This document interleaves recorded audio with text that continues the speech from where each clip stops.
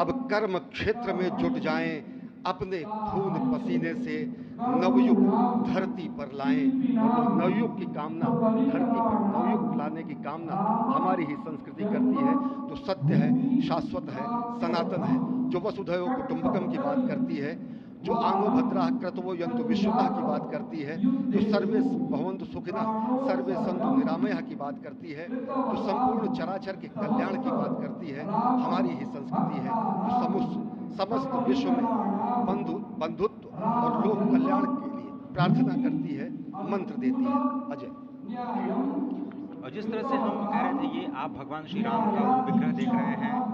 जिन्होंने इस प्राचीन स्वरूप में, इसी स्वरूप में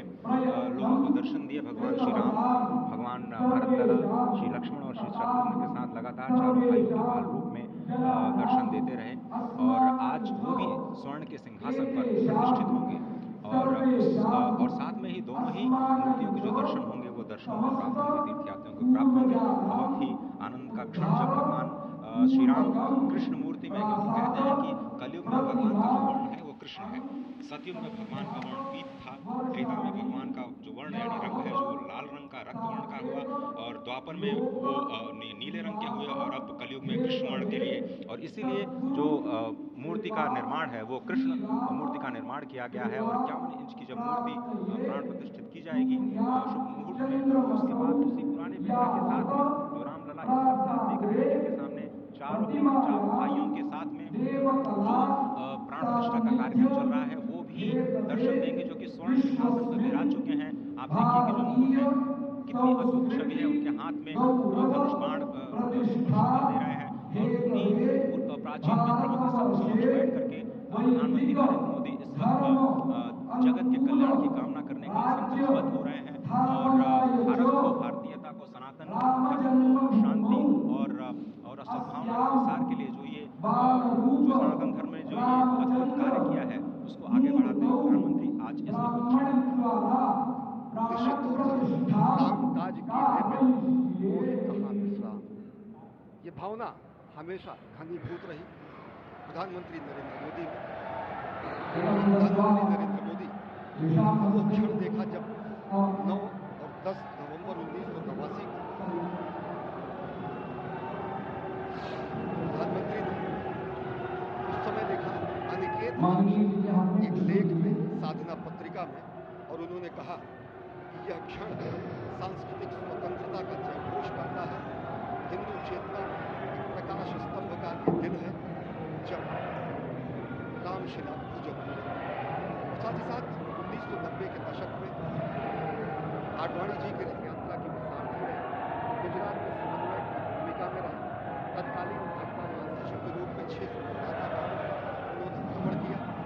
उस भ्रमण के दौरान नवरात्र भी पड़ा, जिसमें केवल जल का भोग करके ही 600 से अधिक गांवों में प्रधानमंत्री नरेंद्र मोदी ने इस रथ यात्रा का कुशल संचालन किया, समन्वय किया। सोमनाथ से अयोध्या की इस यात्रा के सारथी के रूप में अगर देखें तो एक वीर व्रती के रूप में नवरात्र के समय भी जल पीकर 18 घंटे से ज्यादा एक वीर व्रती के रूप में प्रधानमंत्री ने तत्कालीन महासचिव भाजपा के बीजेपी इकाई के थे, इन्होंने अपना अंशदान किया। और अगर एकात्मता यात्रा की बात करें, 1992 में 14 जनवरी को आज से 32 वर्ष पहले प्रधानमंत्री नरेंद्र मोदी एक कार्यकर्ता के रूप में अयोध्या आए थे, उन्होंने शपथ लिया था यहाँ पर जब दिव्य भव्य मंदिर का निर्माण होगा तो उनका पुनरागमन होगा। और वह क्षण आज